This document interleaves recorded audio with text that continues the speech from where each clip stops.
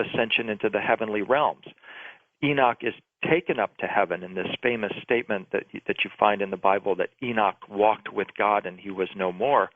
Enoch is taken up into the heavenly realms, specifically to the throne of God, is given direct and very specific instruction by the angels. The archangel Michael actually pours an oil over him and transforms his body into glorious flame so that all that is left of him, his hair, his bones, his skin, all dissolve, and what is left is the glorious body, the rainbow body. And Enoch remarks that he is identical now to the dwellers of the heavenly throne.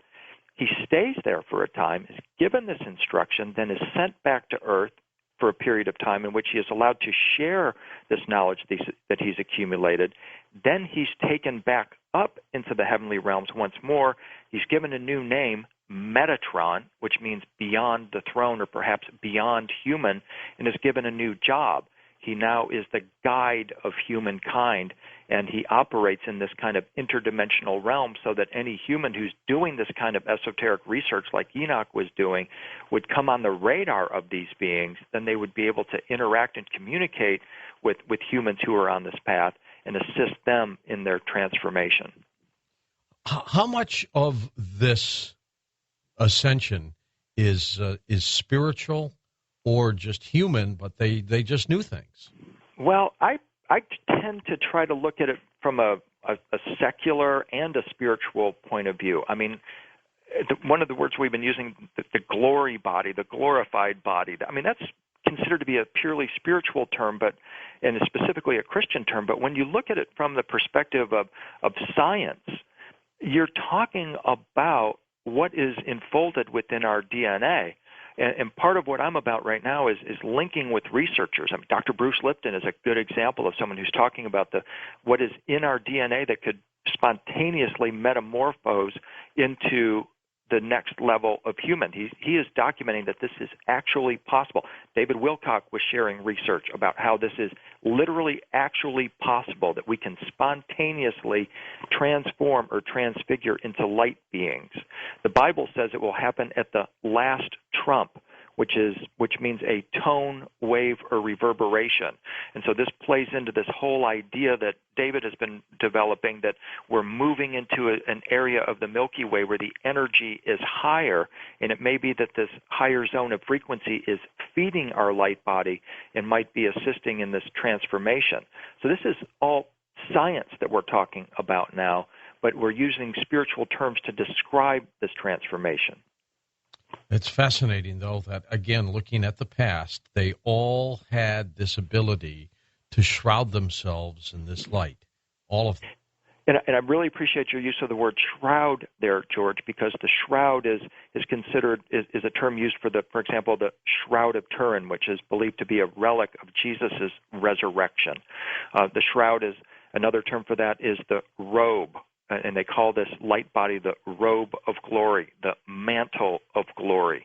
These are terms that they use for it, and they're literally talking about a covering, a sheath that emerges from within our body that then manifests as light. And I always like to share this joke. I mean, it's not really a joke. It's just the observation about the two caterpillars looking up at the butterfly saying, "You'll never get me up in one of those things." And that's kind of where we're at as we look at some of these images. You'll say, well, wait a minute, you'll never get me to pop into my rainbow body. You'll never see me light up like a light bulb. But this is exactly what we're talking about. And this is the fundamental predicament that we're all in right now. We all have within our neuro system, our chakra system that lines our spinal cord system. It's like we all have this candle within us. The wick of the candle is our pineal gland, our enlightenment gland. But the problem is none of our candles are lit. None of our elevators go to the top. And this is what I'm talking about with the next level of human. The next human will have our elevators will go to the top. And it's up to us to break on through this barrier that says that we can't do this when everything about the ancient past, every single spiritual tradition says we can. And indeed we can. Let's go back and talk for a few minutes about these 13 star systems that are out there. Highly populated, in your opinion? I would say so. I mean, just based on how important they are in myth and sacred tradition. Cygnus, the Egyptians said that was their location of heaven.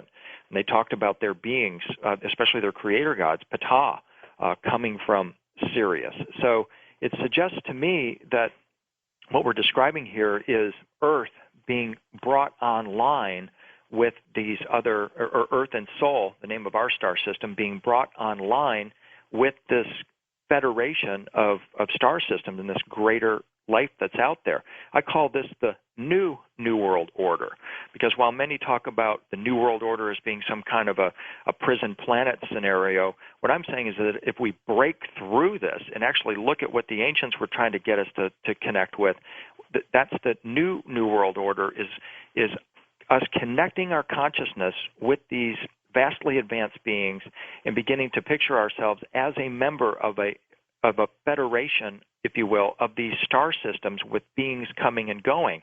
And the next step is just to simply say, well, okay, if these beings have always been here, then why can't we communicate with them now? And will this be a part of the disclosure that we're anticipating coming from Obama or perhaps some other organization? My answer is I think that's exactly what's going to happen. I think that we're going to start to see the Dalai Lama play a key role in this. Going to be revealing some of this Tibetan knowledge about disclosure and the existence of these beings and how they have always been here, why they're here, and how they can help. If Jordan Maxwell were with us tonight, William, he'd be talking about the Illuminati, the Illuminate, and you know the way he is with words and phrases. Do you think that, as you mentioned, Illuminati, do they possess something very mystical? I have no question about that they absolutely do possess these mystical secrets. I think you have, like with everything, you have factions. You have a left wing of the Illuminati and a right wing of the Illuminati. The one I study is the up wing, the group that possesses these advanced mystical teachings, the secrets of ascension. I follow the ones that want to elevate us beyond the level of human. And this goes all the way back to the ancient Anunnaki who established this quote-unquote game, if you will, on Earth, where you had this rivalry between two brothers. On the one hand, you had the creator god Enki that sought to implant within our DNA the mystical knowledge and the ability to transform ourselves into the gods to match the Anunnaki, even to exceed them. Then you had his brother Enlil in the stories who wanted to keep us on the level of slaves and sex objects and down on the farm. And this has been the battle that has been going on throughout history, and we even see it being played out today. I think so, too. And the science behind this is remarkable. How many people are investigating things like that? Yourself included, of course. But is it a big field? Is it a wide field? If people want to get involved in this, what do they do? When you're talking about the rainbow body?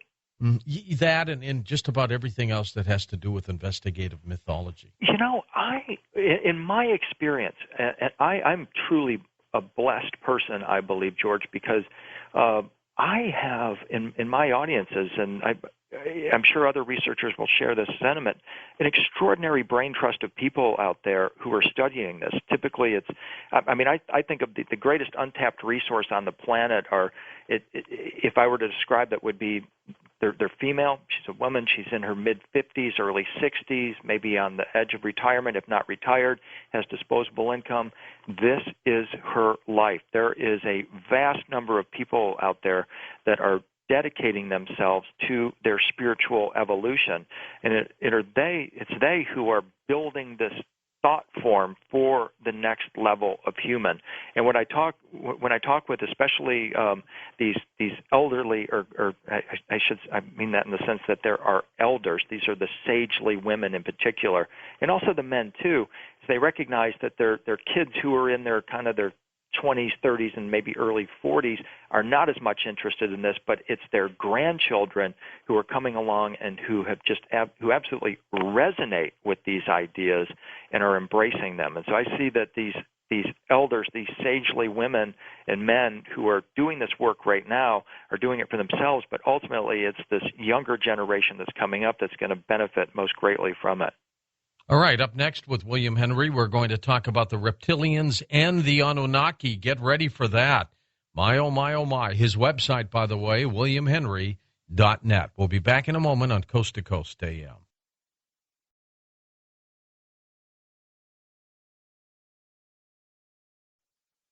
And William's got a major discussion coming up now about reptilians and the Anunnaki, so get ready for that. Hold on to your chairs for that one. Let's talk about reptilians and the Anunnaki, William. What's this major discovery? Well, for years, people have been talking about these amazing ancient legends that are really worldwide about giant flying lizards and dragons that came to this planet and had a hand in founding civilizations from ancient China to Egypt to India.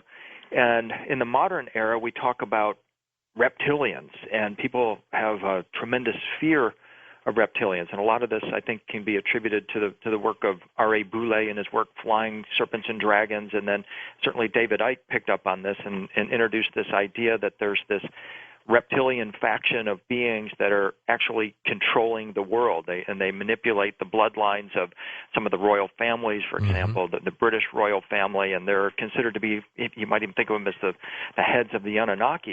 And I've been listening to this for a long time and tried to keep an open mind about it.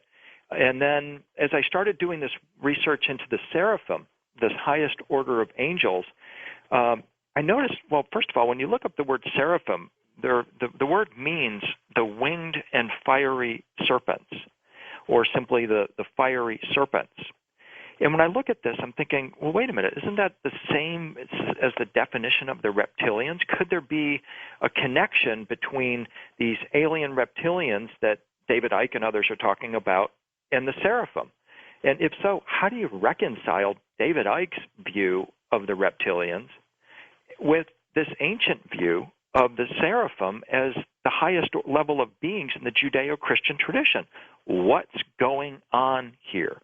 And so I decided to spend some time looking into this, and one of the reasons that it's very important for us to look at this, by the way, is because Maya 2012 prophecy centers around the reappearance of their savior figure whose name is Quetzalcoatl, whose name means the feathered serpent or the winged serpent. So is this a David Icke-style reptilian being with a crocodile nose that's coming here to eat us? Or are we, in fact, really talking about the highest order of beings in the Judeo-Christian angelic tradition? That is Quetzalcoatl also a seraphim? Are these beings actually reptilian, or did the ancients somehow have a conception that something about the seraphim is serpentine or serpent-like? For example, they're described as resplendent and shining. But what is it about them that caused them to describe them as serpentine? And as I started matching this up, and I have some images that Lex has posted on the Coast to Coast site that show the correspondence between the seraphim and the rainbow body of Tibetan Buddhism. And what we see with the seraphim is that their bodies are feathered, they're winged, and their bodies are also vortex-shaped. These are the winged serpents. These are the quote-unquote reptilians, or what has been, I believe, misconstrued as the reptilians. These are not these kind of strange crocodile-nosed kind of beings that of David Icke's research. These are a far different type of being that we're dealing with here, and I think what we're actually describing are transformed humans who have achieved this next level, who have achieved the rainbow body, and they manifest